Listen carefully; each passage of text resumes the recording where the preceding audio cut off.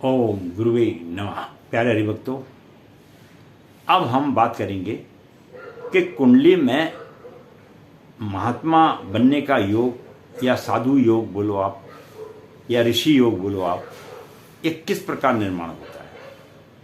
और मैं फिर आपको बार बार इस बात को कह रहा हूँ कि ये जो चीज़ें होती हैं ये प्रभु की कृपा के आधार पर ही मनुष्य के अंदर में आती हैं।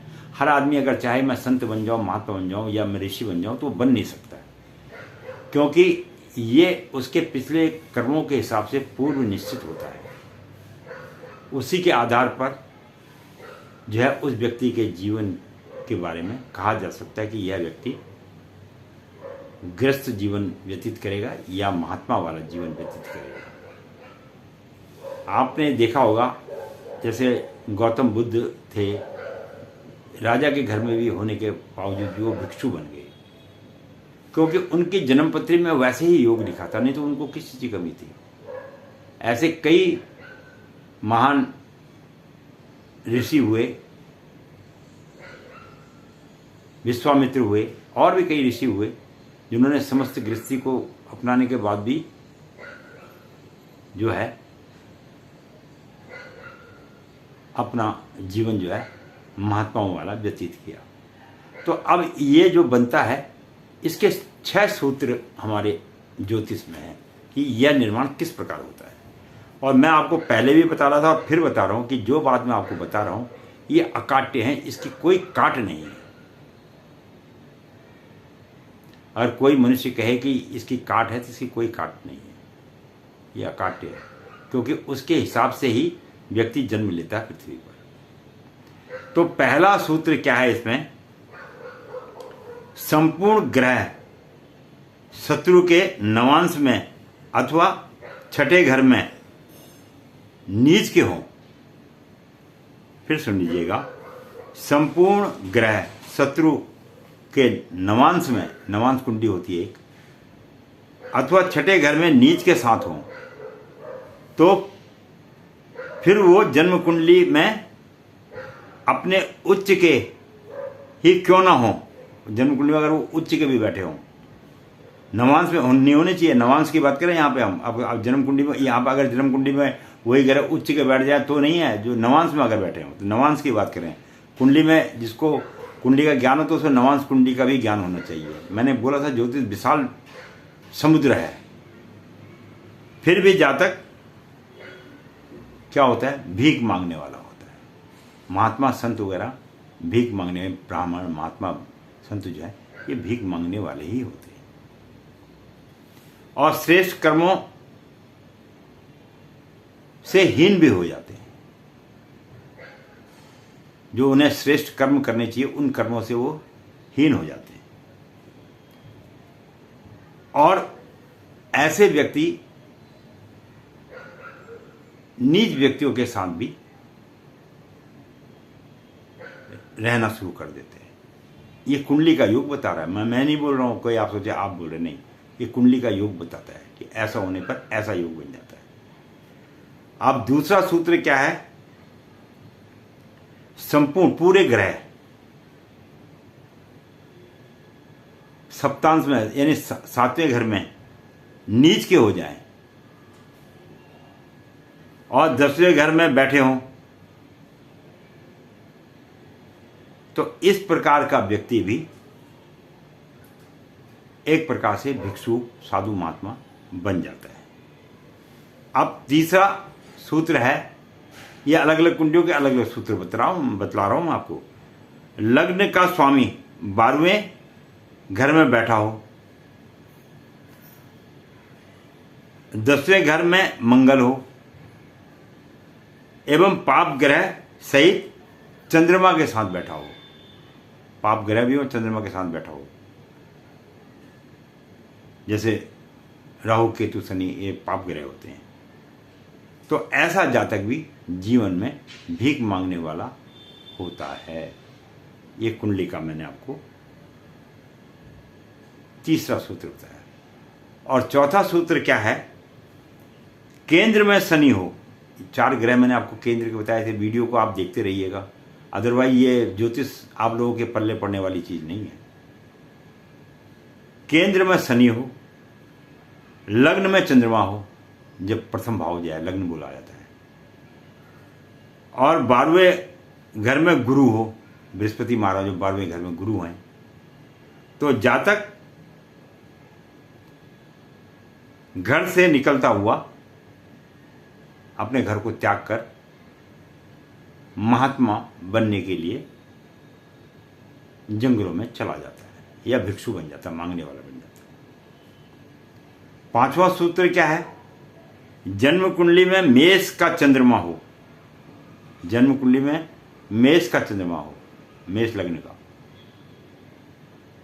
प्रथम भाव जिसे मेष को होता है, पहली को है, उस पर शनि की दृष्टि पड़ रही हो और शनि उसे देख रहा हो, मेष लग्न में बैठा हो, मेष लग्न हो, उसमें शनि की दृष्टि पड़ रही हो, तो ऐसा मनुष्य भी भीख मांगकर अपने भोजन की प्राप्ति करने वाला होता है।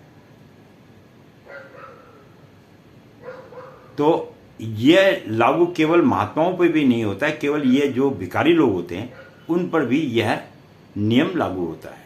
इस बात को भी आप ध्यान में रखें। और छठा नियम जो है इसमें है कुंडली में, वो क्या बनता है? मेष का चंद्रमा, मेष लग्न का चंद्रमा हो और मंगल की दृष्टि पड़ रही हो, उस पर जो है मंगल देव की दृष्टि पड़ती हो, तो ऐसा व्यक्ति जो है धनहीन, दरिद्र और मांग के खाने वाला होता है। तो ये मैं आपको ज्योतिष शास्त्र के सूत्रों के आधार पर थोड़ा बहुत ज्ञान आपको समय समय पर देता रहता हूँ। बाकी जो बच्चे या जो ब्राह्मण ज्योतिष या जो भी ज्योतिषाचार्य इन चीज़ों को सीख रहे हैं, उन्हें इसका जो है स्मरण करना चाहिए। अब मेरे पास देखो, मैं तो एक गरीब, मैंने पहले ही बताया गरीब आदमी ब्राह्मण होता है, मेरे पास तो इतना बड़ा सेटअप नहीं है कि जो मैं आपको बोर्ड पे समझा सकूं, ना मेरे पास ये है। मेरे पास तो केवल एक मोबाइल है और जो है उसी के आधार पर मैं आपको ये वीडियो दे देता हूं। तो ऐसा है कि जिसने ज्ञान लेना होता है वो बिजली के खंभे के नीचे भी बैठ के पढ़ाई करता है, और जिसने ज्ञान नहीं लेना होता है वो महलों में रहकर भी ज्ञान प्राप्त नहीं कर पाता है। तो इसलिए सुनो, कागज पेंसिल हाथ पे रखो और नोट करते रहिए, और ज्योतिष की सटीक गणना जितना जितना मैं कभी कभी आप लोगों को बताता हूँ बीच में ज्योतिष के बारे में, उसकी सटीक गणना करना भी सीख लेना चाहिए। इसी के साथ पंडित गिरीश तिवारी को जो है आज्ञा दीजिए कि अगले वीडियो में फिर मिलें, फिर एक नए विषय पर बात करेंगे। और मुझे भी बहुत आनंद आता आप लोगों को ये बात कहते हुए, क्योंकि जन्मपत्री तो मैं लोगों की कम ही देखता हूँ, क्योंकि मैंने आपको पहले बोला था असत्य में बोलूँगा नहीं, सत्य लोग सुन नहीं पाएंगे। लेकिन ज्ञान के लिए मैं आपको बतला रहा हूँ, क्योंकि 2-4-500-1000 रुपया लेके मैं जन्मपत्री कुंडली वगैरह नहीं देखा करता हूँ। ये कोई ओछापन वाली बात नहीं है, अपना अपना सिद्धांत होता है। मैं ज्ञान दे सकता हूँ, लेकिन ये जो वीडियो है ये धनोपार्जन के लिए नहीं है, ये केवल ज्ञान की प्राप्ति के लिए है। और मैं तो ये चाहता हूँ हर व्यक्ति जीवन में ज्ञान की प्राप्ति करे। इसके साथ ही पंडित गिरीश तिवारी को आज्ञा होनी चाहिए।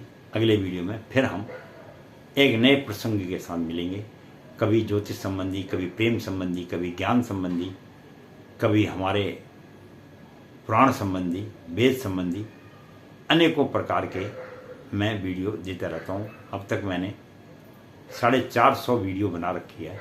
अगर व्यक्ति 5-5 मिनट उसको सुने तो मेरे हिसाब से उसे अपने जीवन का 75% ज्ञान तो प्राप्त हो ही जाएगा। हर विषय पे मैंने बनाई हुई है, ये नहीं है ज्योतिष पे बनाओ। अगर मैं ज्योतिष पे बनाऊँ तो ज्योतिष पे बनाऊँ, अंक बनाऊँ तो अंक, मैं बीज मंत्र बनाऊँ तो बीज मंत्र बनाऊँ, शास्त्रों में बनाना चाहूँ तो शास्त्रों में बना दूँ। लेकिन मैं वीडियो इस प्रकार अलग अलग प्रकार के बनाता हूँ क्योंकि हर व्यक्ति का अपना एक सोचने का दायरा होता है, तो इसलिए हर विषय पर थोड़ा थोड़ा ज्ञान आदमी को संपूर्ण होना चाहिए, और वो मैं कराता आ रहा हूँ। जब अगर एक बार मेरी वीडियो को तरीके से सुनना शुरू कर देंगे तो शायद मैं ये कहूँगा कि फिर आपको बिना उसे देखे आनंद जीवन का आएगा नहीं।